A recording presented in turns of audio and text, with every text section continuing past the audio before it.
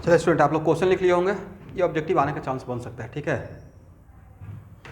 एक ब्लॉक है जो इस प्लैंक पे रखा हुआ है और प्लैंक को ऊपर और नीचे किया जा रहा है according to this equation. Okay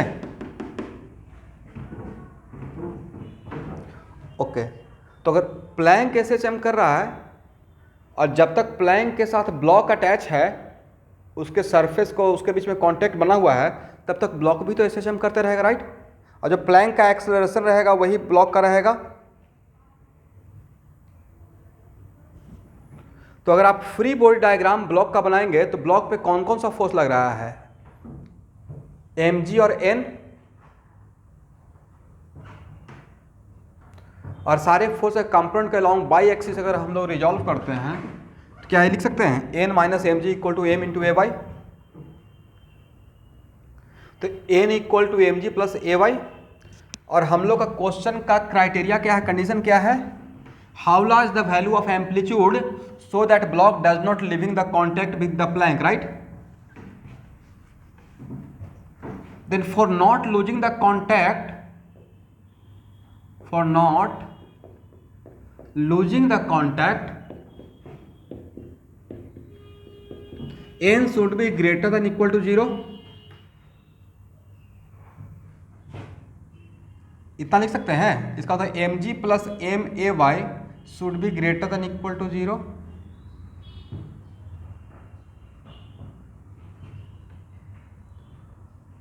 correct. इसका मतलब g plus A Y should be greater than equal to 0। A Y का वैल्यू कितना,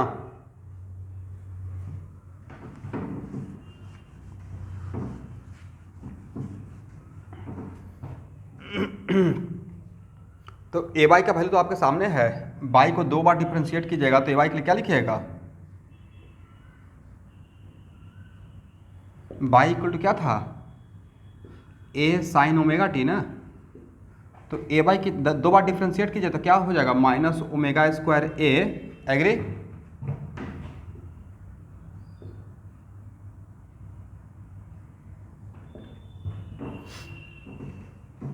चलिए यहाँ पे ए वाई का वैल्यू पुट कर दीजिए, तो जी माइनस ए वाई का वैल्यू पुट कर सकते हैं यहाँ से, यहाँ पे minus omega square A sine omega T, agree, should be greater equal to 0। Then G should be greater equal to omega square A sine omega T, right.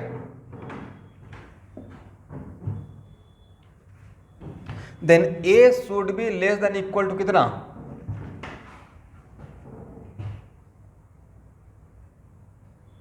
Ji by omega square sine omega T.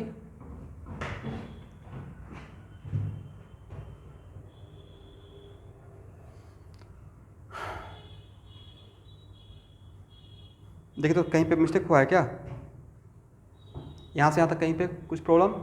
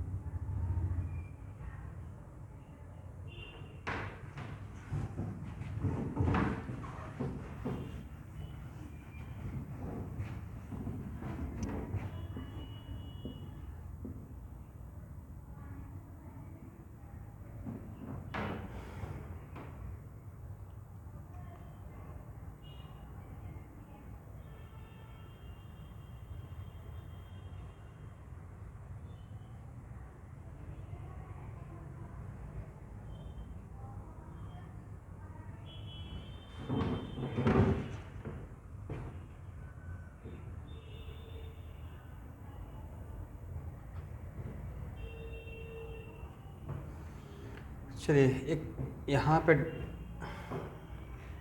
चीज़ों को यहाँ से थोड़ा सा आगे पढ़ना पड़ेगा, 1 minute रुकिए।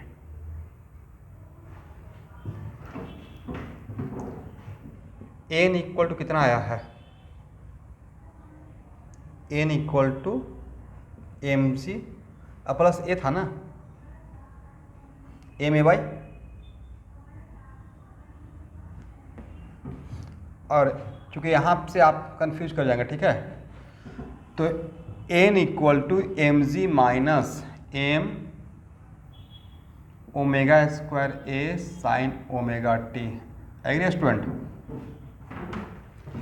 तब यहाँ पे मैं ये बात बोल पाऊंगा, अदरवाइज आप यहाँ पे कंफ्यूज हो जाएंगे। आंसर पे पहुँच चुके हैं। बोलिए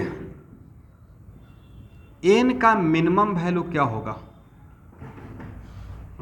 जैसे हम लोग कैसे यहाँ पे लूपिंग द लूप के लिए बोलते थे कि जो n का मिनिमम वैल्यू यहाँ पे है वो अगर ग्रेटर देन 0 हो जाए, तो n का जो मिनिमम वैल्यू मैक्स यहाँ पे रहता था ब्लॉक के लिए, लूपिंग द लूप के लिए, IC को ग्रेटर देन 0 कर देते थे, राइट। वैसे ही यहाँ पे n का मिनिमम वैल्यू, एक मिनट, n का मिनिमम वैल्यू इस एक्सप्रेशन में क्या हो सकता है? तो सर इसका वैल्यू यहाँ वेरिएबल, अगर इसका वैल्यू अगर हम लोग मैक्सिमम कर दें, right, for given frequency, n का minimum value for given frequency omega क्या हो सकता है? M G minus M omega square a, इसको मैक्सिमम कर देंगे, राइट। और ए मिनिमम वैल्यू अगर ग्रेटर देन 0 हो जाए, a minimum value for greater equal to 0 हो जाए, तो फॉर दिस ओमेगा ये कभी भी कॉन्टेक्ट लूज नहीं करेगा, राइट। इसलिए पहले n का वैल्यू यहाँ पे निकाल कर n निकाल लिए। अब n का minimum value for given value of omega क्या हो सकता है, वो मैंने इसको मैक्सिमम कर दिया क्योंकि बीच में माइनस था। क्योंकि यहाँ पे डायरेक्ट करते ना तो आपको लगता कि अच्छा ये तो मैक्सिमम के लिए आप यहाँ पे फिर 1 क्यों कर ले लीजिए, बट यहाँ से हम लोग चल रहे हैं, n a है, n का मैंने यहाँ पे मिनिमम वैल्यू निकाला, इस मिनिमम को ग्रेटर इक्वल टू 0 कर रहा हूँ for not losing the contact.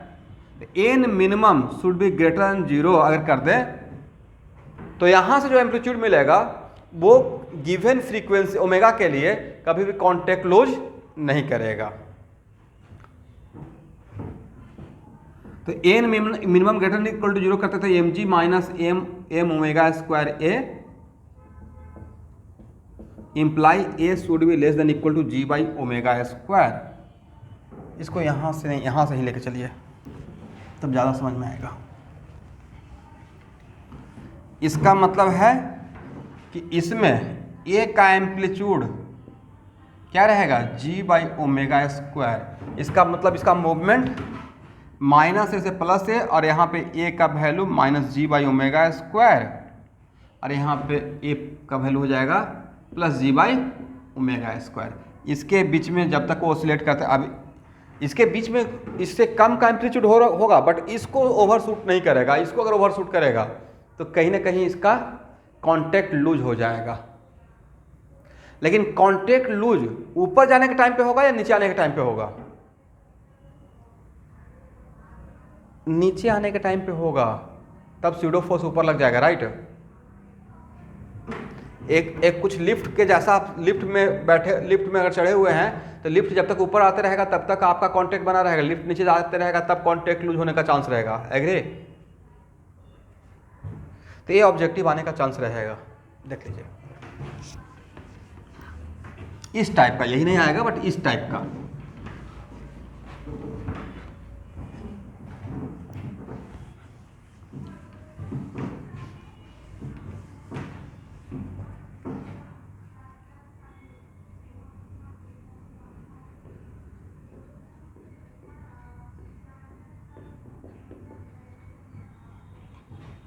अब लिखिए phase and SHM।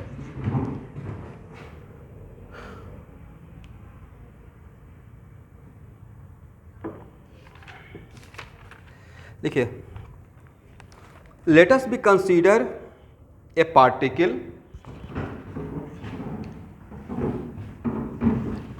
let us be consider a particle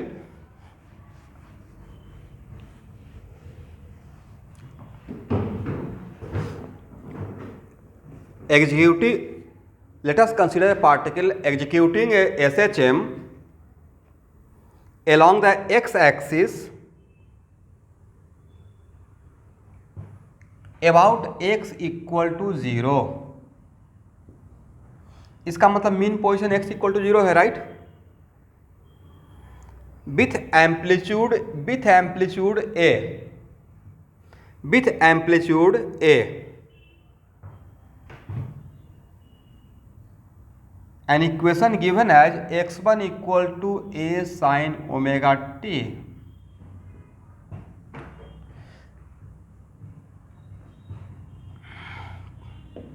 मतलब मेरे पास एक पार्टिकल है जिसका एम्पलीट्यूड a है और उसका एंगुलर फ्रीक्वेंसी ओमेगा है और वो x इक्वल टू 0 के अराउंड ऐसे चम कर रहा है, जिसका इक्वेशन ऐसे दिया हुआ है। ओके स्टूडेंट, उस लाइन को छोड़ दीजिए। ए सेकेंड पार्टिकल, वो पार्टिकल नहीं है, एक और particle, A second particle is also executing A SHM, is also executing a SHM along the same axis, about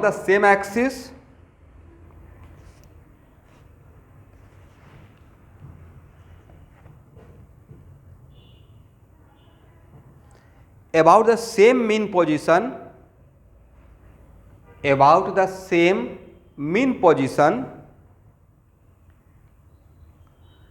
with the same amplitude and frequency, okay? An equation given as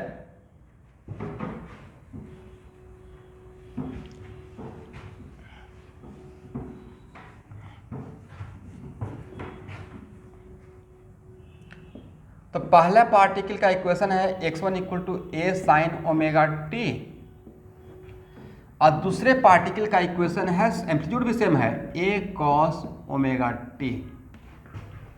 agree?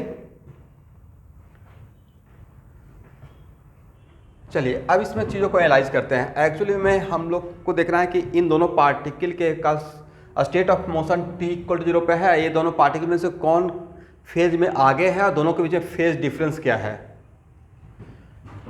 तो t equal to 0 पे first particle का location कहाँ पे है,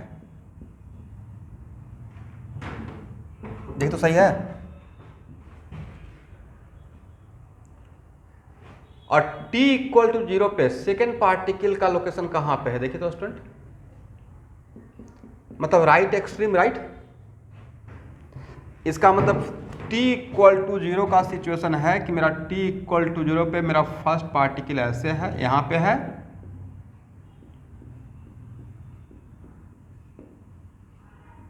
और second particle यहाँ पे है। एग्री?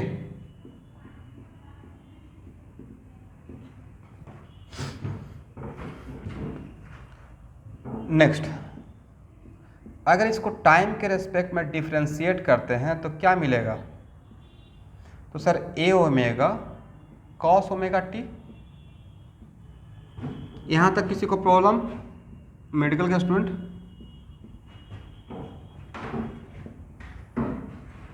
हल, ओके। और यहाँ पे क्या रहेगा, minus omega A sine omega T, right. इसका मतलब ये हो गया मेरा Vx2 सेकेंड पार्टिकल का वेलोसिटी का एक्सप्रेशन, ये हो गया फर्स्ट पार्टिकल का वेलोसिटी का expression, right. t equal to 0 पे Vx1 कितना है, जल्दी बोलिएगा, प्लस a ओमेगा। इसका मतलब अगर दोनों पार्टिकल का अगर हम लोग ऐसे डायग्राम ड्रॉ करें एक साथ, तो इसका भी mean position x equal to 0 है, माइनस ए प्लस ए, और t इक्वल टू 0 पे first particle, x equal to 0 पे तो है ही, बट वो मूविंग टुवार्ड्स व्हाट, यहाँ से इधर भी जा सकता था, इधर भी जा सकता था, प्लस किस तरफ जा रहा है, टुवार्ड्स राइट, राइट। अब t इक्वल टू 0 पे राइट एक्सट्रीम पे है, तो ऑब्वियसली t इक्वल 0 पे Vx2 इक्वल टू 0 होगा, क्योंकि एक्सट्रीम पोजीशन पे स्पीड 0 हो जाता है, राइट। यहां तक कोई प्रॉब्लम? अब अगर इसको अगेन डिफ्रेंशिएट करते हैं तो क्या लिखेंगे, d2x1/dt², मतलब ये हो जाएगा माइनस ओमेगा ए स्क्वायर साइन ओमेगा टी।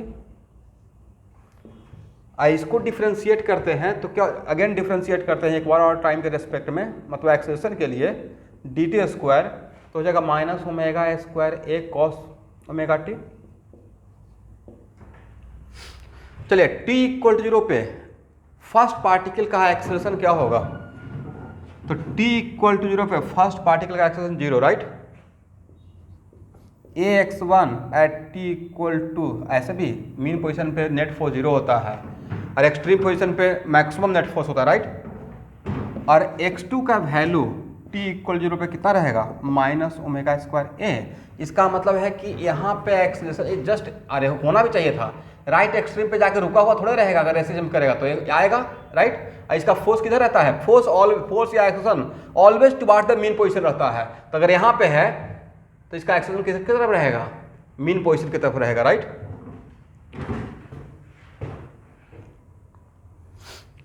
चलिए अब यहां देखिएगा,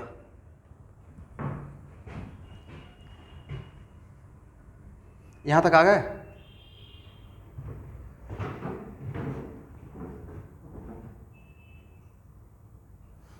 सब कुछ आपके सामने है?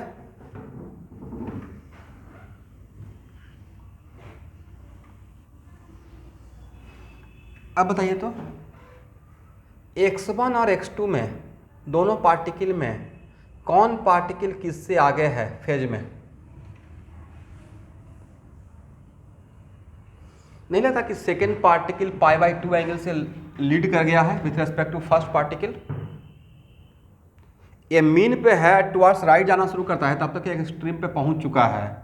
इसका मतलब सेकेंड पार्टिकल फर्स्ट पार्टिकल से फेज में कितना आगे चल रहा है, कौन लैग कर रहा है, कौन लीड कर रहा है, ये आपको एसी वगैरह में या वेव वगैरह में काम में आएगा, ठीक है। तो सेकेंड पार्टिकल लीड बाई π/2 में क्यों बोल रहा हूँ समझ में आ रहा है? यहाँ से यहाँ तक जाने में π/2 कवर होता है, फिर यहाँ से यहाँ तक आए तो अगेन π/2 मतलब पाई, यहाँ से यहाँ आए तो अगेन 3π/2, यहाँ से यहाँ आए तो 2 पाई। एक कंप्लीट साइकिल में कितना एंगल कवर होता है? 2 पाई, राइट।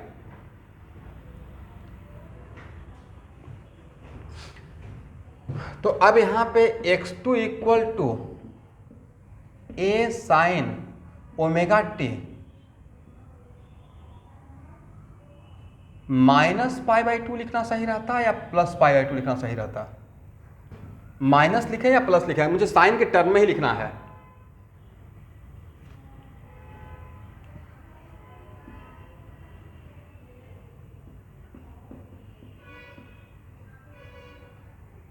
बोलिए क्या लिखना चाहिए?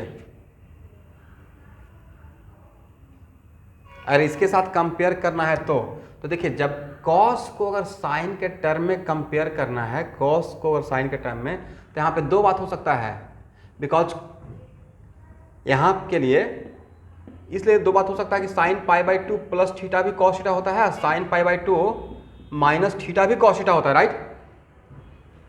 इसका तो साइन π/2 प्लस ओमेगा टी भी कॉस ओमेगा टी हो जाता है, और साइन π/2 माइनस ओमेगा टी भी कॉस ओमेगा टी होता है, राइट।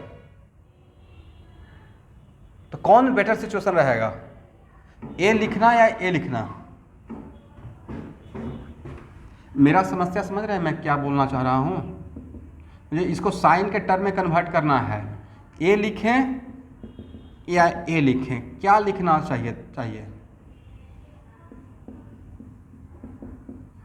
तो जब ऐसा समझ, प्लीज हाँ ना बोलिएगा, आप ही को समझा रहा है, खास कर मेडिकल वाले बच्चे। ये पता है ना, sine π/2 minus theta cos theta होता है, साइन π/2 प्लस थीटा भी कॉस थीटा होता है।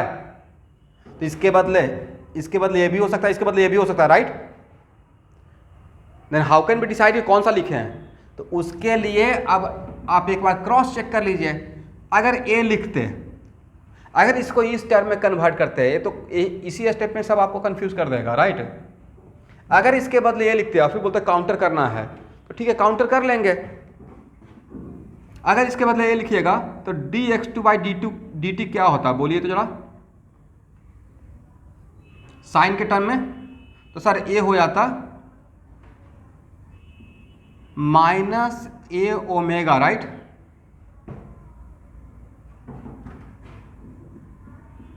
माइनस ए ओमेगा, ठीक है,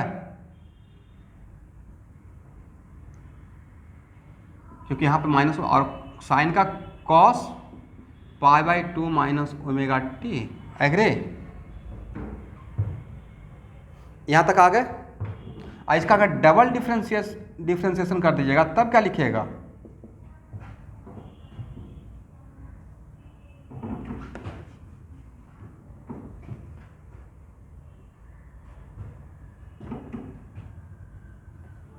minus minus becomes plus, omega square a minus minus becomes plus ना,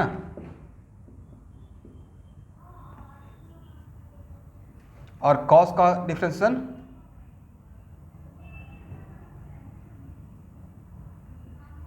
ये तो माइनस रहेगा, माइनस माइनस बिकम्स प्लस, और कॉस का sine, sine omega sine pi by 2 minus omega t. चलिए अब यहाँ पे t इक्वल टू 0 पे, तो t इक्वल टू 0 पे अगर इसमें पुट करते हैं तो t इक्वल 0 पे, तो इसका इसको अगर देखते हैं दोनों को 1 बाई 1 देखते हैं।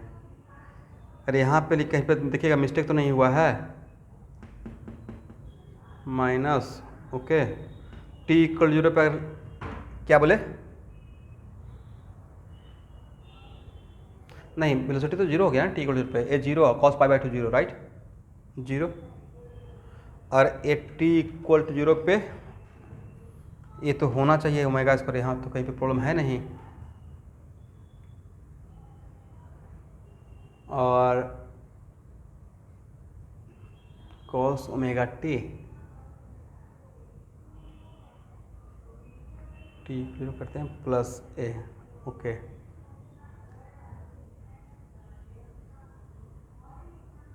और अगर इसके रिस्पेक्ट में काम करते हैं तो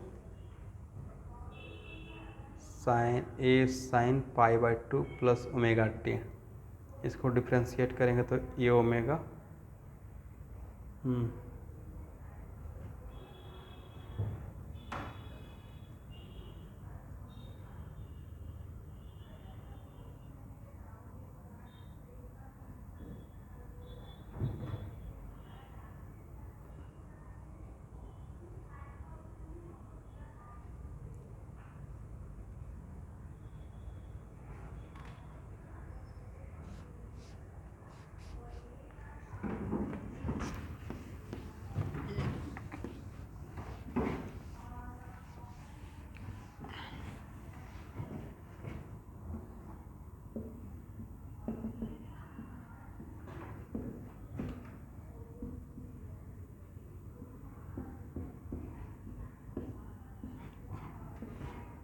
देखिए ऐसे तो प्रैक्टिकली तो हम लोग को समझ में आ गया है कि ए इससे पाई बाई 2 आगे है, सेकेंड पार्टिकल फर्स्ट पार्टिकल से कितना आगे है?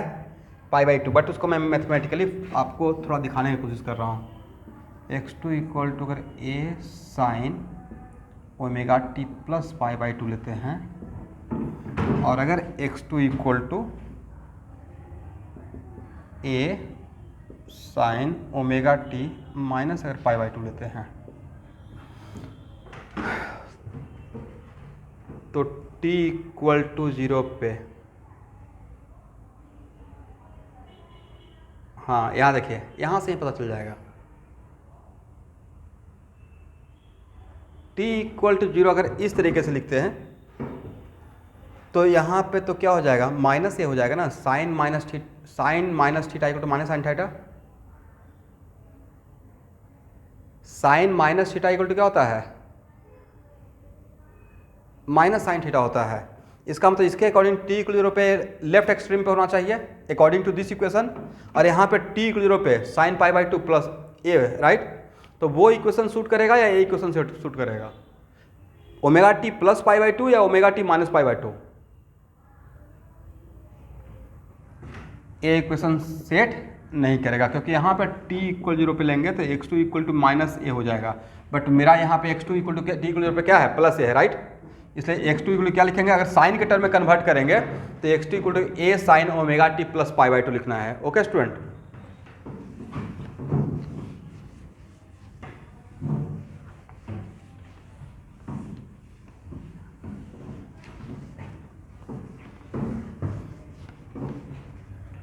तो x1 इक्वल टू है a साइन ओमेगा टी और x2 इक्वल टू है a sine omega t plus pi by 2। तो इसको तो हम लोग बोलते हैं फेज। ये हो गया φ2 और ये क्या हो गया φ1। तो दोनों के बीच में अगर फेज का कंपेयर करते हैं तो इसका फेज ज़्यादा है with respect to this one, right. t equal to 0 पे इसका फेज पाई बाई 2 है और इसका फेज 0 है। इसका तो कौन आगे है फेज में? फेज में सेकेंड पार्टिकल आगे है बाई, इसका मतलब सेकेंड पार्टिकल एसएचएम जो कर रहा है उसमें पाई बाई 2 से लीड कर रहा है। इसका मतलब first particle pi by 2 phase difference से लैग कर रहा है, राइट। तो φ2 माइनस φ1 इक्वल टू क्या हो गया omega t plus pi by 2 और माइनस ओमेगा टी। अब यहाँ देखिएगा दोनों एसएचएम, हम लोग कुछ वेव पढ़ाना है इसलिए ये सब चीज़ बता रहा हूँ। दोनों एसएचएम का बीच का phase difference is it depends on time. दोनों पार्टिकल का एसएचएम का फेज डिफरेंस किसी भी गिवन टाइम पे नहीं था, ऑलवेज पाई बाई 2 रहेगा। ऐसा क्यों हुआ कि ऑलवेज पाई बाई 2 रहेगा? तो सर यहाँ पे वो दोनों का एंगुलर फ्रीक्वेंसी सेम है इसलिए यह कैंसिल हो गया। अगर इसका ओमेगा 1 रहता इसका ओमेगा 2 रहता तो क्या ये कैंसिल होता? या दोनों के बीच का फेज डिफरेंस टाइम के साथ इंक्रीज करते रहता, जो भी रहता लेकिन टाइम पे डिपेंड करता, राइट। तो याद है इसी चीज को आगे चलकर क्या बोला जाता है? Coherent and incoherent. आगे चलकर जब वेव पढ़ाऊंगा तो coherent source and incoherent source, right. Wave के टर्म में कोहेरेंट सोर्स क्या होता है? जिसमें दो वेव का एंगुलर फ्रीक्वेंसी सेम रहता है, राइट, और उसका phase difference independent of time हो जाता है। एग्री? चलिए तो यहां पर लिखिएगा in this when we compare these two particle then second particle lead by pi by 2 with respect to phase difference, with respect to phase. When we compare both particle then second particle lead by pi by 2 and first particle lag by pi by 2.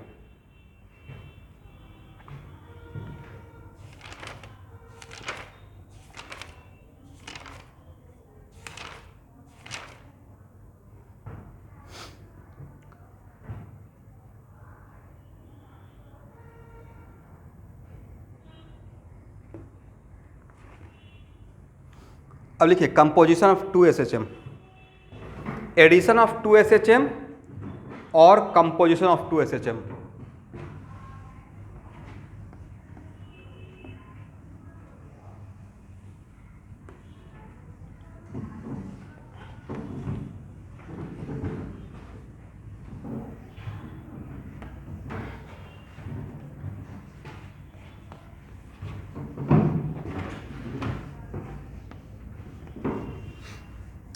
इसी को wave में नाम क्या दिया जाता है पता है? इंटरफेरेंस। नहीं,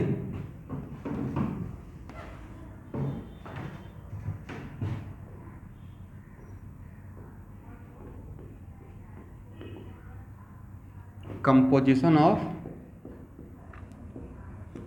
2 SHM।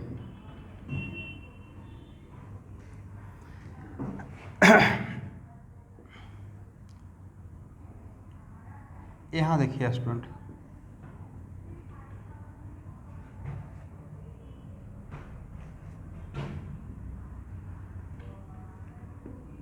x equal to a sine omega T, right. इसका मतलब x इक्वल टू कितना बोली तो minus omega square a sine omega T. Agree? तो एफ एक्स इक्वल टू क्या sir? Minus M omega square ए साइन ओमेगा टी। एग्री? बोलते रहिएगा। तो मान लेते हैं कि अभी शुरू नहीं कर रहा है, मान लेते हैं कि कोई एक ब्लॉक है, उस पर एक फोर्स लग रहा है जिसका नाम है एफ एक्स 1। और वो फोर्स SHM के अकॉर्डिंग वेरी कर रहा है।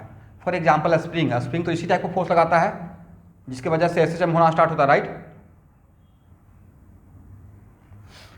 बट इज इट कंपलसरी कि किसी ब्लॉक पे एक ही फोर्स लग सकता है? हो सकता है दो फोर्स लगा हुआ हो, Fx1 Fx2, राइट।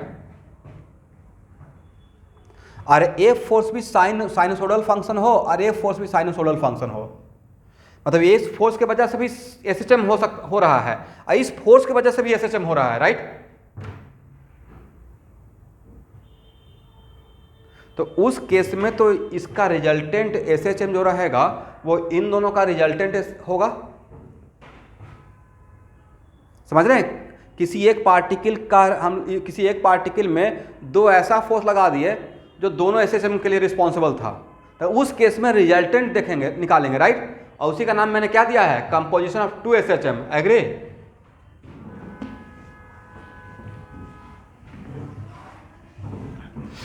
लिखिए, addition of two SHM taking place along the same line. Medical वाले के लिए अलोंग द सेम लाइन ही काफ़ी हो जाएगा, बट इंजीनियरिंग में हाई लेवल के लिए along the two different axis भी हो सकता है, along x axis, along y axis, तो वो अभी मेडिकल वालों के लिए नहीं चाहिए। Addition of two SHM taking place along the same line with same angular frequency, with same angular frequency.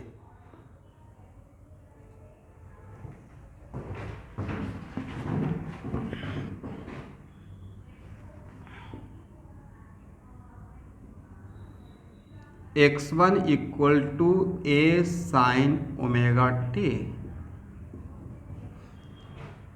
उस पार्टिकल का वन ऑफ द SHM ए, सेम पार्टिकल के लिए एक ही पार्टिकल का पे दो फोर्स लग रहा होगा, ऐसा मान लीजिए, और उसका वन ऑफ द SHM का इक्वेशन है x1 equal to a1 sine omega t, right. और x2 equal to a2 sine omega t अब प्लस अल्फा। अल्फा क्या है स्टूडेंट? सर अल्फा है इसका इनिशियल फेज, राइट, जिसको इपॉक बोलते हैं। तो इन दोनों का रिजल्टेंट SHM जो रहेगा उसको x1 प्लस x2 बोलेंगे, ठीक है। रिजल्टेंट क्या बोलेंगे?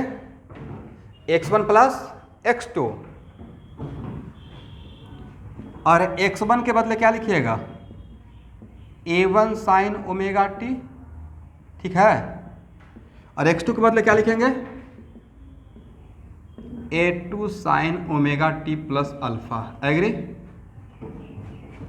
इसको मैं वेक्टर मेथड से भी आपको बता दूंगा, पैरेललोग्राम लॉ मेथड से।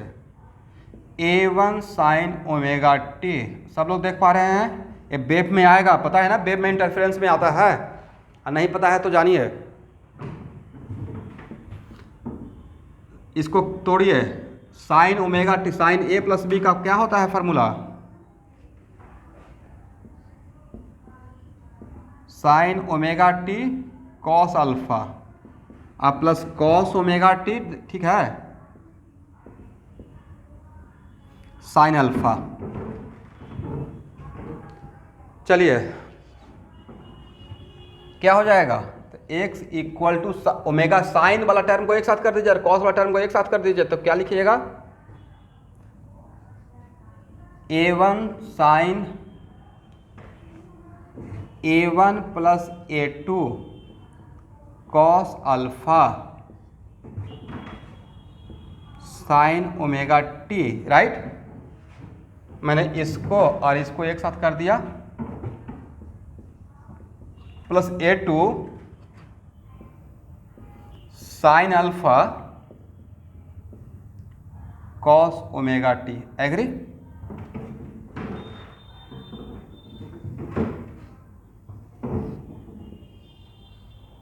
यही मेरा रिजल्टेंट SHM का, इन दोनों SHM का रिजल्टेंट इक्वेशन है। यहां तक किसी को प्रॉब्लम?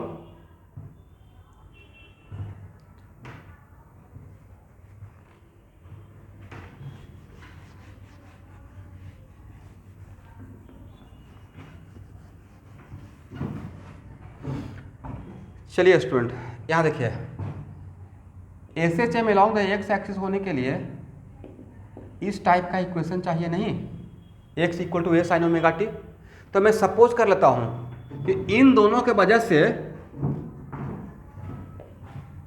मेरा resultant equation a sine omega t अब प्लस बीटा हो रहा होगा। इन let us suppose resultant SHM of x1 and x2 are supposed to be x equal to a sin omega t plus beta, right. जहां पे a क्या रहेगा, resultant amplitude क्या रहेगा, यस, और बीटा क्या रहेगा, initial phase difference epoch, right. उस रिजल्टेंट वेव का, उस रिजल्टेंट SHM का। तो मैं इसको सपोज कर, यहां पे मेरा इक्वेशन फर्स्ट है और इसको सेकंड मान लिया कि मान लेते हैं कि ए जो है इस टाइप का है। तो सर ऐसा करने का वजह, तो ऐसा करने के लिए एक्चुअली मुझे रिजल्टेंट एम्पलीट्यूड का आपको फार्मूला डेवलप करके देना है। तो अगर इसको ऐसे मान लिया जाए तो इसको ऐसे तो तोड़ कर लिख सकते हैं ना, a sine omega t cos beta, right, अब plus cos omega t sine beta x a cos beta sine omega t. ये मैंने रिजल्टेंट SHM कर लिया, ठीक है। तो ये जिनको समझ में नहीं आएगा बोलिएगा, क्योंकि यहाँ पे नहीं आएगा, समझ में आएगा तो वेब में बार बार ये क्वेश्चन आते रहेगा, ठीक है।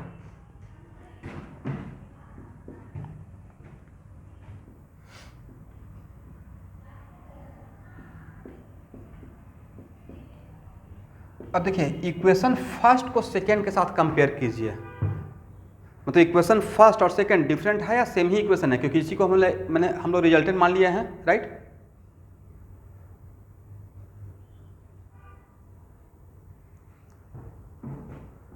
तो यहाँ पे इसका मतलब है कि साइन ओमेगा टी का कोफिशिएंट यहाँ का और यहाँ पे साइन ओमेगा टी का कोफिशिएंट डिफरेंट रहेगा या सेम रहेगा, सेम रहेगा। तो क्या हम लोग एक when we compare first and second, when we compare first and second, तो a cos omega t, a cos omega t equal to क्या लिख सकते हैं, A1 plus A2 cos alpha, और A sine omega, A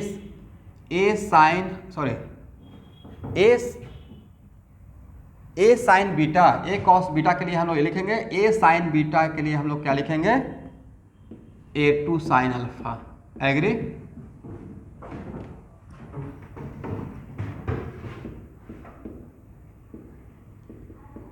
equation ये हो गया third, ये हो गया फोर्थ।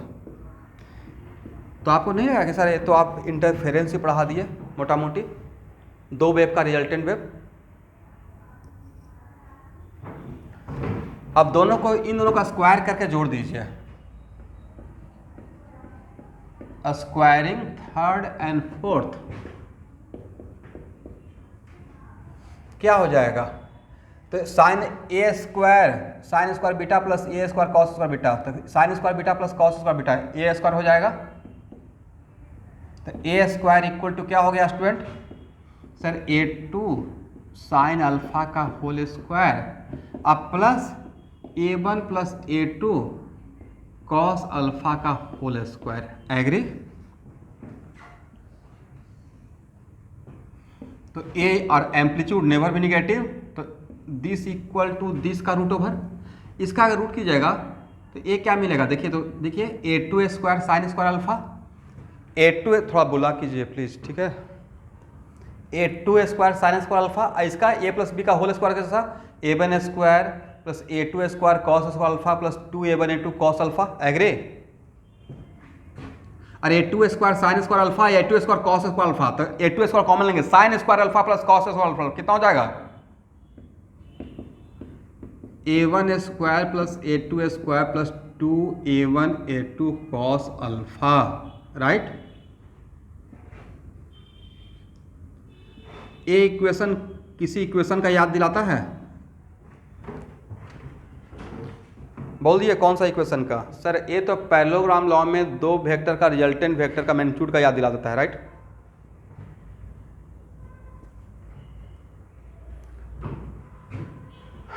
ये आपके शॉर्ट नोट्स में रहेगा, ठीक है। तो बताइए, दो वेव का जिसका एंगुलर फ्रीक्वेंसी सेम है, अगर एंगुलर फ्रीक्वेंसी सेम नहीं रहता तो फिर वो बिट्स क्रिएट करता, तो वहाँ पे अभी मैं नहीं जा रहा हूँ। सेम एंगुलर फ्रीक्वेंसी के लिए and along the same axis के लिए, same angular frequency and along the same axis के लिए, रिजल्टेंट वेव के लिए, तो रिजल्टेंट वेव लिखने के लिए आपको क्या चाहिए? सर उसका एम्पलीट्यूड पता चल जाए और इनिशियल फेज डिफरेंस पता चल जाए, राइट। तो एम्पलीट्यूड भी पता चल गया, ये यहां तक आ गए।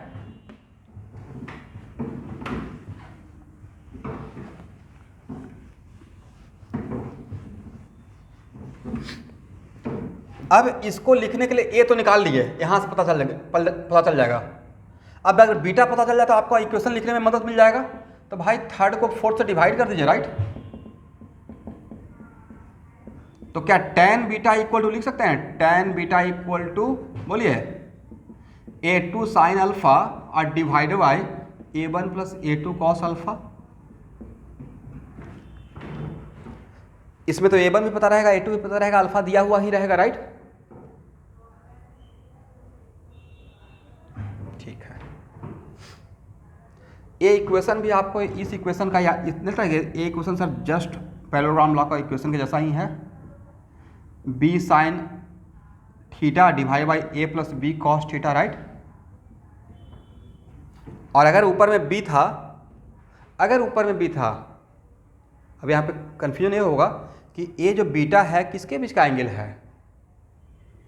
तो ए ऊपर में बी है तो इसका मतलब ए के साथ एंगल है, राइट। जहाँ तक मुझे पता है कि मैंने ऐसे ही आपको पढ़ाया है।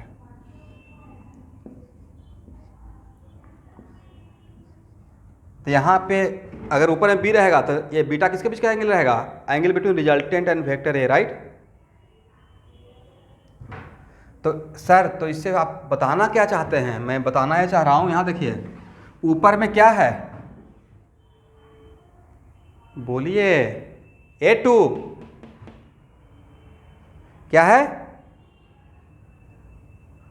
ऊपर में A2 है ना, तो ये बीटा किसके साथ का एंगल है? ये बीटा जो है वो फेज डिफरेंस बिटवीन, ये बीटा किसके रेस्पेक्ट में किससे मेजर किया गया है? फर्स्ट A1 के साथ, राइट।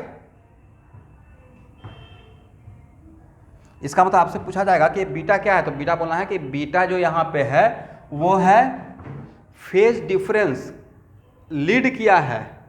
अगर ये पॉजिटिव है मतलब लीड किया, निगेटिव रहेगा तो लैग करेगा। अगर पॉजिटिव है इसका मतलब वो फर्स्ट वेव से इतना आगे का है, राइट। कितना आगे का है? बीटा एंगल से आगे का है, राइट।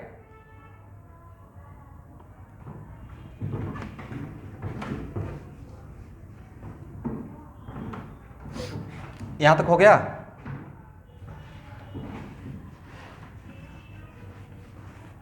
अब देखिए इसी को दो सेम थ्योरी को आप वेक्टर के मेथड से भी सॉल्व कर सकते हैं। x1 क्या था यहाँ देखिए तो sir A1 sine omega T था, राइट। और x2 क्या था? A2 sine omega t plus alpha. Okay student,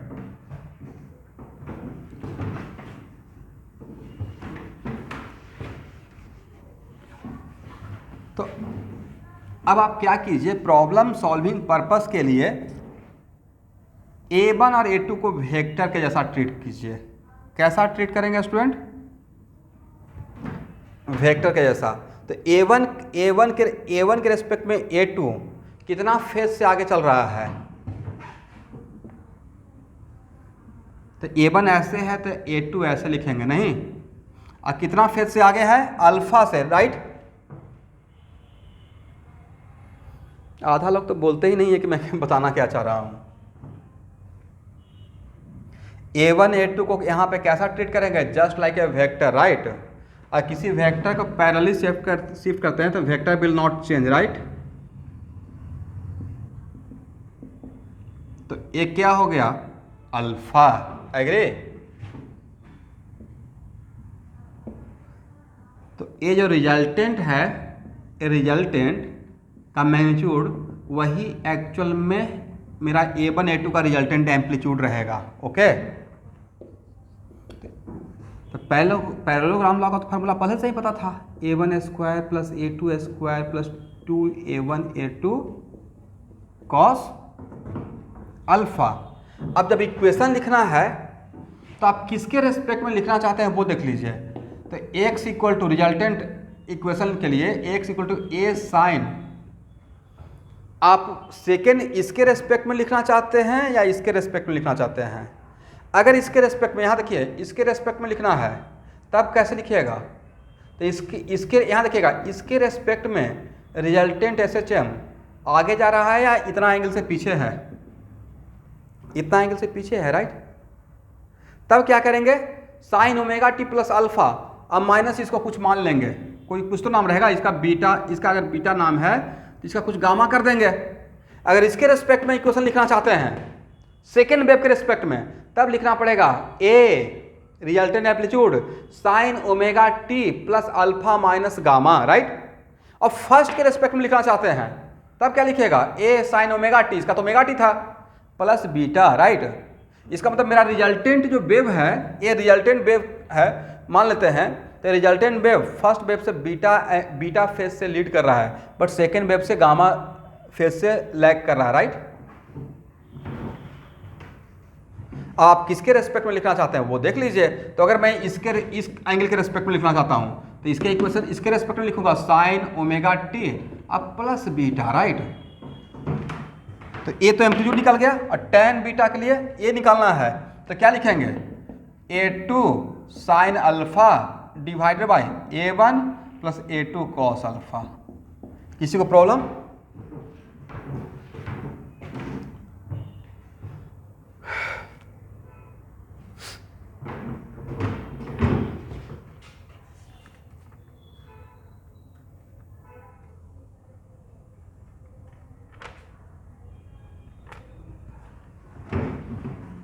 हो गया?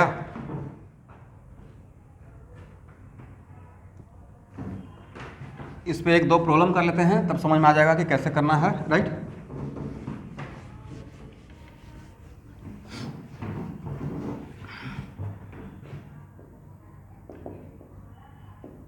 x1 इक्वल टू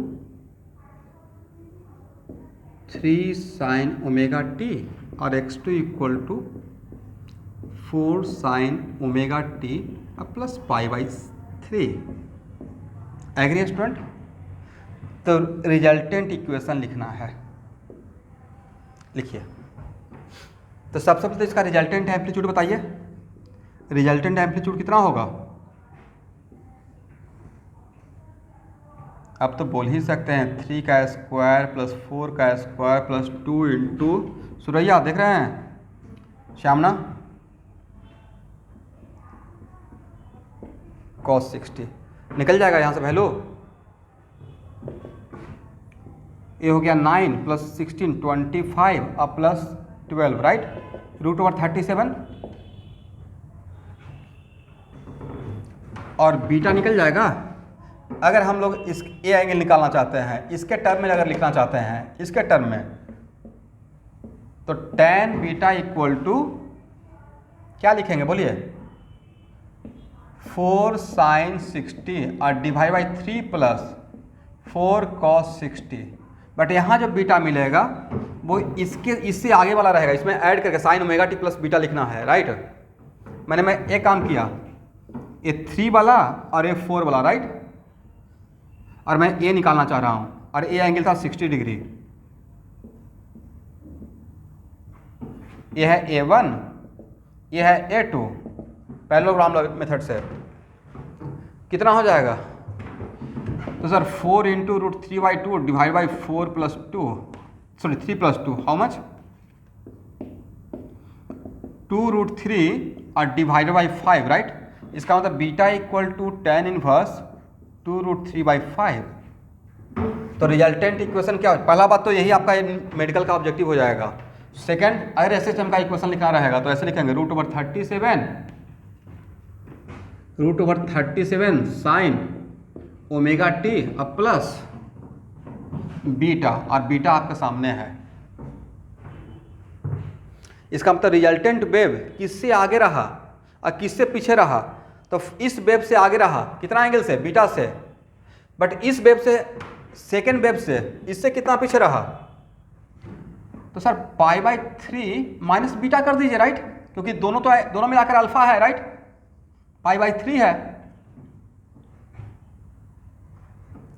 इससे बीटा आगे चल गया तो इससे कितना पीछे रहेगा?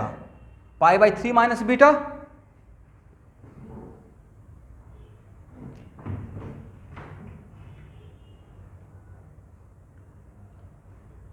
तो ऐसा क्वेश्चन आएगा, रिजल्टेंट एम्पलीट्यूड का ध्यान निकल जाएगा, जस्ट लाइक पैरेललोग्राम लॉ।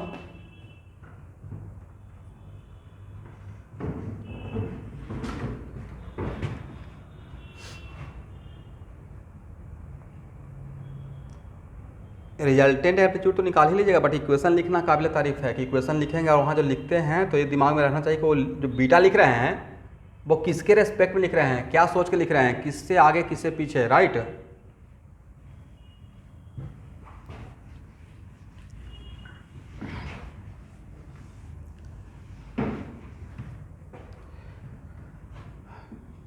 चलिए,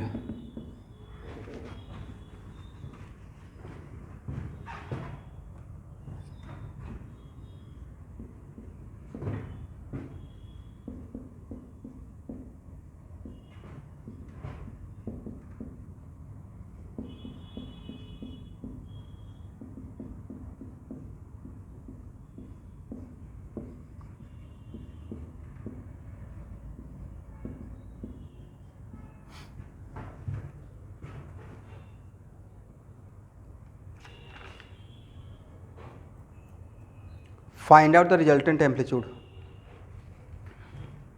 find out the resultant amplitude. x1 equal to 3 cos omega t, x2 equal to 5 cos omega t plus π/4, x3 equal to 6 sine omega T. मतलब एक combination of 3 SHM हो गया, right.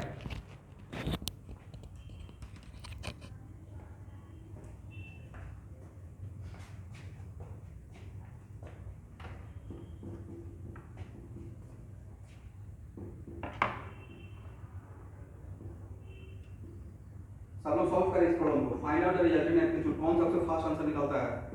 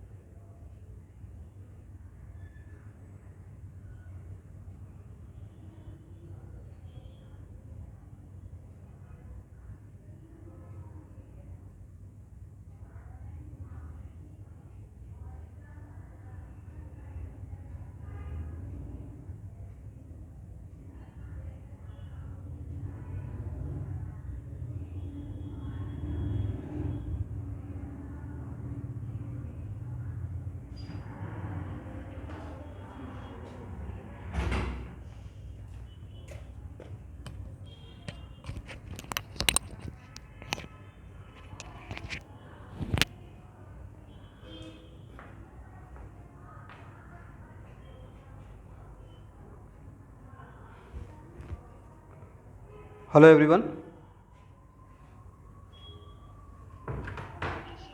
Answer आ गया?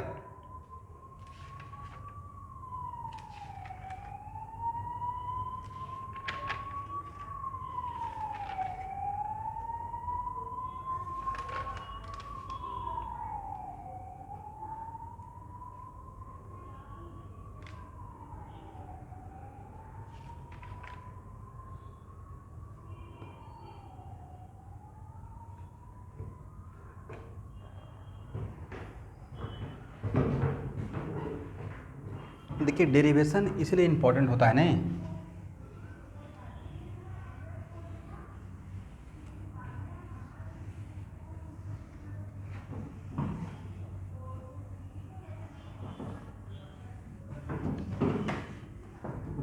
चलिए कुछ भी नहीं समझ में आ रहा है, ये तो लिख सकता है ना,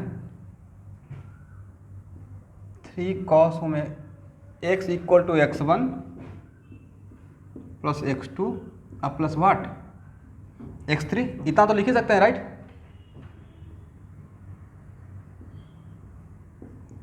थ्री cos ओमेगा टी, यहाँ तो कोई problem, 5 cos omega t plus pi by 4 right, अब plus 6 sine omega T, agree ना?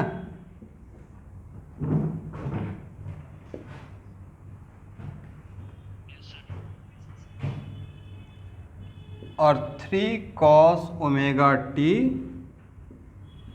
प्लस, इसको a प्लस बी पे तोड़ सकते हैं, cos a प्लस बी क्या होता है? cos a cos b minus sine a sine b right.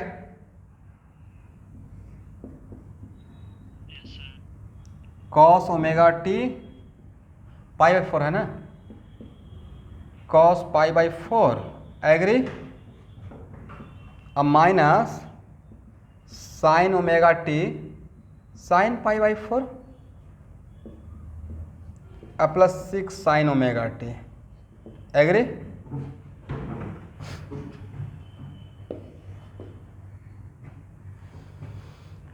अब चलिए, कॉस को कॉस के साथ कीजिए, साइन को साइन के साथ कीजिए, क्या हो जाएगा देखिए तो सर यहाँ पे तो हो जाएगा x equal to 3 plus 5, 3 plus 5 cos pi by 4 cos omega t. मैंने सही लिखा? आप लोग को देखना है सही है या गलत है।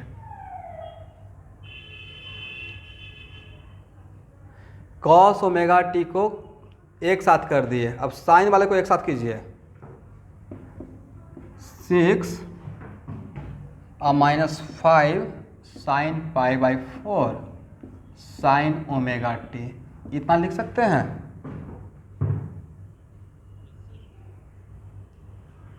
एग्री। ऐसे ही तो डेरिवेशन किए थे दो वेव का जोड़ने का along द सेम एक्सिस। अब मान लेते हैं, let us suppose x equal to a sine omega t अब प्लस अल्फा या बीटा, ये मेरा रिजल्टेंट वेव है राइट, मान लिए। अरे मैं किसके रेस्पेक्ट में लिखा हूं? साइन के टर्म में ना, तो यस ये साइन के टर्म में लिखे हैं, बाकी तो कॉस था, लास्ट वाला साइन था, तो इसका मतलब साइन के रेस्पेक्ट में बीटा एंगल बताएगा। अगर ये बीटा प्लस आ गया, इसका मतलब ये थर्ड वेव के रेस्पेक्ट में मैं मेजर कर दिया। किसी भी वेक्टर, रिजल्टेंट वेक्टर, किसी भी वेक्टर को बताने के लिए कोई एक डायरेक्ट, किसी भी एक रेफरेंस लाइन से बता सकते हैं राइट। तो वैसे ही रिजल्टेंट वेव किस वेव के रेस्पेक्ट में कितना लैग कर रहा है, 3 वेव है उसमें से किसी एक वेव के रेस्पेक्ट में बता दिए तो आपका क्वेश्चन कंप्लीट हो गया।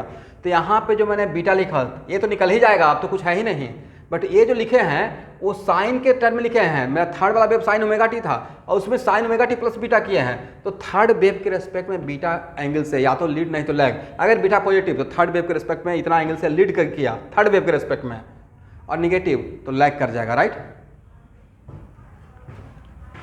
एनीवे इसको तोड़कर लिखेंगे तो क्या लिखेगा, a sine omega t cos beta, ठीक है ना, अब plus a cos omega t sine beta, agree, a cos beta sine omega t अब plus a sine beta cos omega t. अब इसको आप मेन अपना इक्वेशन से, इक्वेशन फर्स्ट सेकंड को इक्वेशन फर्स्ट से कंपेयर कीजिए। कॉस ओमेगा टी का कोफिशिएंट क्या है?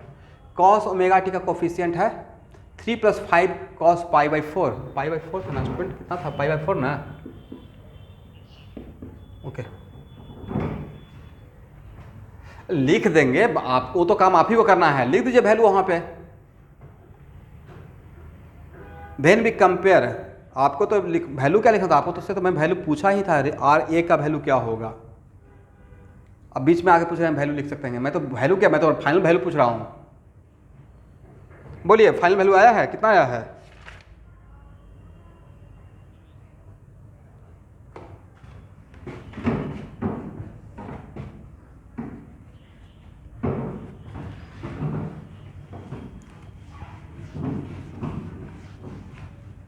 यहां देखिए, ए कॉस बीटा का काम यहां पे कौन करेगा? When we compare first with second,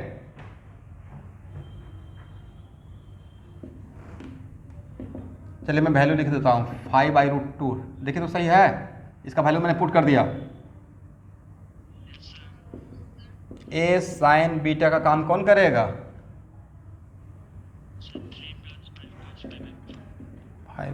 5/,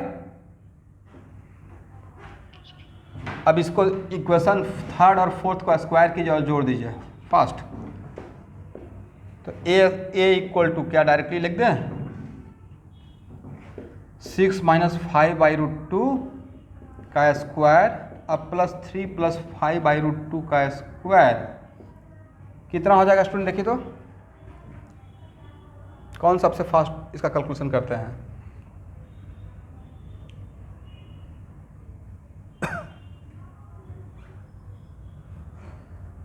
इसका कैलकुलेशन करके बताइए, एडजस्ट।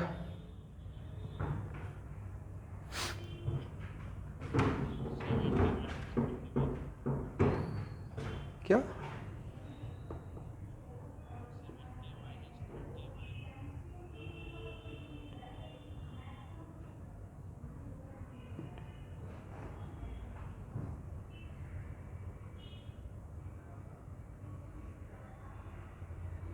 मेरा आंसर 7 आ रहा है, 7 है क्या? देखिए तो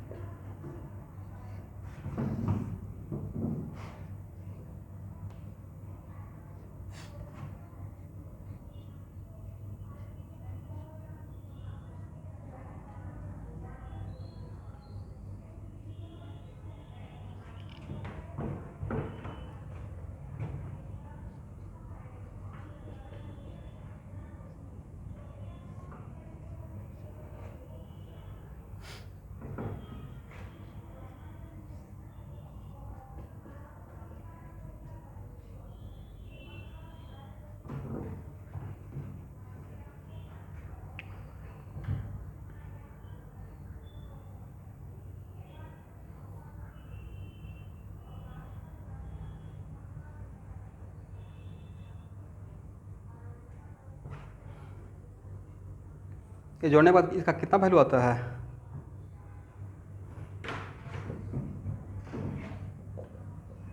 थर्टी 36 + 9 कितना हो जाएगा? 45, 45 25/4 + 25/4 25/2, और ये वैल्यू कितना रहेगा? Minus how much? 60 30, तो -30/√2, ये अप्रोक्सीमेटली कितना जोड़कर होता है, या बता सकते हैं?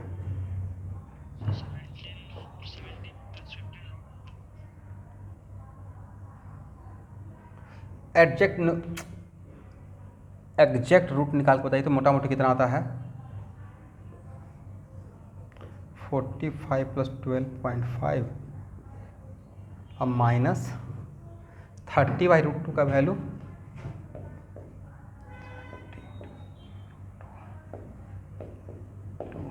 15 1.414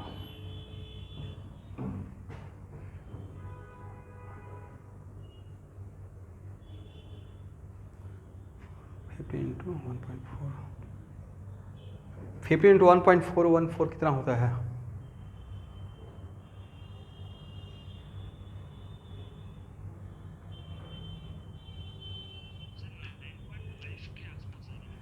$9.5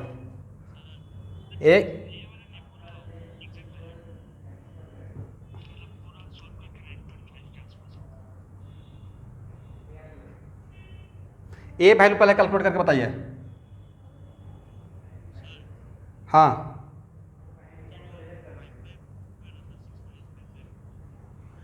सिक्स माइनस, हाँ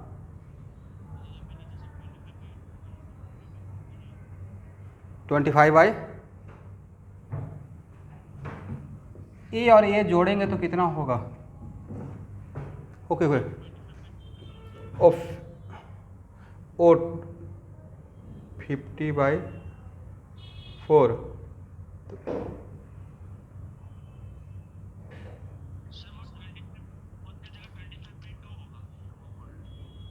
मैंने सही लिखा है। अच्छा कहाँ पे?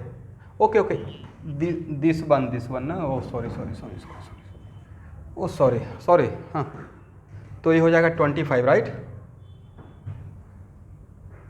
और कहीं पे 70 माइनस, ये हो गया 70 माइनस 30/√2, ये वैल्यू कितना होता है? देख लीजिए, यही आंसर है। ठीक है, इसमें न्यूमेरिकल निकालने का मतलब कहने का सेंस ऐसे निकलेगा। ठीक है, इसका मतलब यहाँ पे 3, लेकिन नहीं लगता कि इस तरीके से मान लेने से बहुत आसानी से बन जाता है। और फिर करते क्या है, साइन ओमेगा टी और कॉस ओमेगा टी का कोफिशिएंट को इक्वेट कर देते हैं। तो 3 की जगह पे 4 भी रहेगा तो उसका भी निकाल लेंगे। तो मेडिकल वाले स्टूडेंट आपके लिए, नॉट फॉर इंजीनियरिंग वाले के लिए मैं अलग से 2-3 क्लास और प्रॉब्लम का लूँगा। ठीक है, लेकिन मेडिकल वाले के लिए इतना काफ़ी है SHM। अब आपका एक लास्ट टॉपिक है जो आज ही शायद पढ़ा दिया जाएगा, डैम्पिंग SHM। ओके,